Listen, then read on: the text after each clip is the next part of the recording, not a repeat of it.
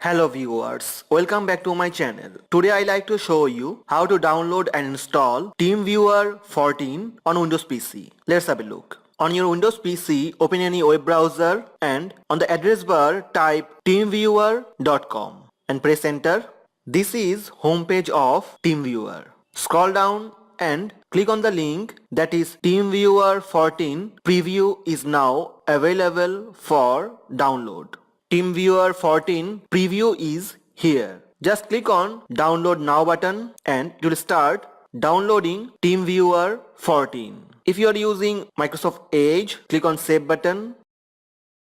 After download, go to download folder. Double click on TeamViewer setup file to install TeamViewer 14. Here, how do you want to proceed? Select basic installation ready button. Also, how do you want to use TeamViewer? Select personal non-commercial use. Then click on accept or finish. It's start installing and it's finish. Click on close button.